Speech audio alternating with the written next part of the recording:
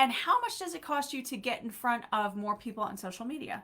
Well, sometimes up to $35, sometimes even more. We don't like it to be more, but it can be more to get a name, email, and phone number from a social media, like a lead ad. It can sometimes be $35 for that phone number, just one phone number. And we don't consider that to be terrible, terrible, although I'd love to be cheaper than that. But we'll deal with $30 for a phone number because it could lead to a client who pays thousands, right? So $35 to make thousands, worth it. Okay.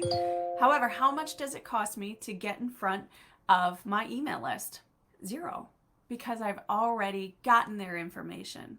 I already own that name, email, and phone number. I bought it from Facebook, or I bought it from Instagram, or I bought that information from Google. I bought it from a source, a pay-per-click source, and now it's mine.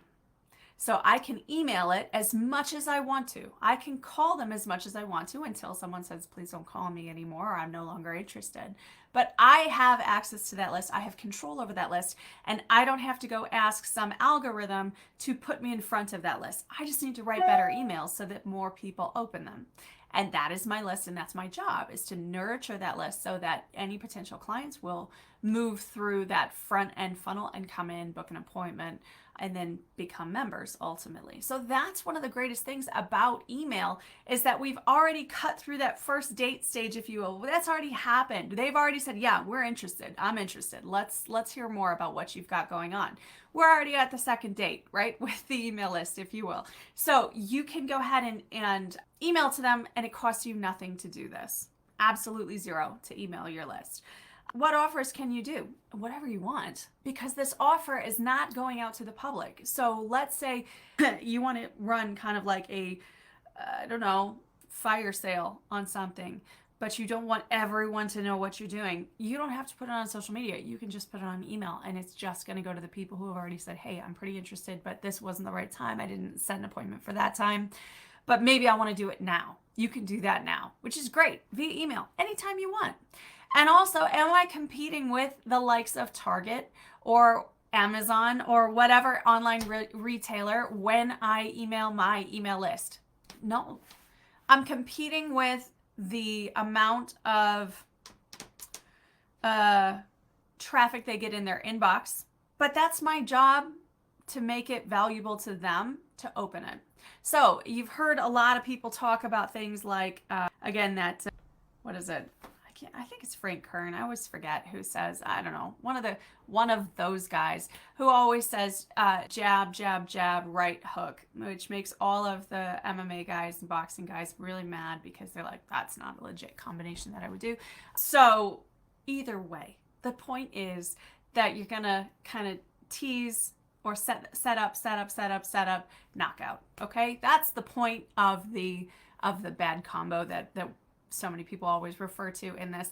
Again, if you hear me talk about it, I always like to think of it as a banking system. I like to think of it as deposit, deposit, deposit, withdrawal. Deposit, deposit, deposit, withdrawal. What do I mean by that? That means I have to give to the people who I'm asking to read my emails. I cannot take all of the time. I have to give before I take, meaning I have to give them value before I just send them a sale email and say, sign up for this or make an appointment. That's a withdrawal. Anytime I ask someone on my list to do something, I am taking. That's a take. So I need to add first. So I'm going to provide them with information that they may have asked for, which is why they're on the list in the first place. I may send them more information about the school. I may give them recipes. I may give them tips on how to get healthy at home, or great stretches to do, or just different things that they can do while they're not training at the academy that would prepare them for training in the academy in the future. All this information, or even just things that make them feel like they want to be part of our community if they haven't been part of our community before. Most people, again, especially post 2020, but really just always, we've always talked about one of the main reasons that people join academies is because of male camaraderie. Again, we are in a male-dominated sport. Our academy has a lot of women, but I would say at most it's maybe 85% men, 15% women. That's more than most academies. Most of you have like one or two girls who train with you. Not very many. It just is what it is. It's a male dominated sport. So men a lot of times who get into jiu-jitsu maybe used to be athletes, and they miss hanging out with other guys, having guys on a team with you. They miss that sort of thing. So it's not just a post-COVID thing, it's a forever thing. So sometimes the value that you give in an email is just showing that these communities exist for guys in their 30s, in their late 20s, in their 40s and 50s, whatever it is. They can be part of a team again without getting hurt and without having to worry about, trying to do something that they just straight up can't do. You guys, my mom was telling me she was a big fan of my mom makes my poor dad watch The Bachelor, and they watched that Golden Bachelor one with the old people on it. And I say that as an old person myself, but they're like in their late 60s. And I guess they played, I don't know what game they played. I don't know if they played baseball or kickball or something. But like the day after or after the game, they had to, like, all of them were injured. They all had massage therapists there. They were all popping Tylenol and all this kind of stuff.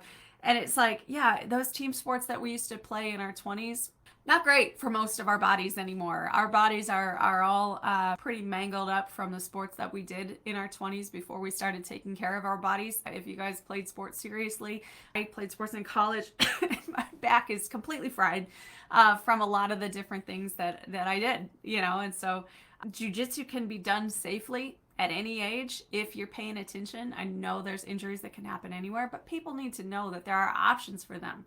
And you can share that via email, and it counts as a deposit. So later when you get to this time of year, you can go ahead and ask for a sale, or ask them to set an appointment, or ask them for whatever you want if you've been providing enough information and enough good value in your email that you have justified going ahead and asking them to do something for you later on.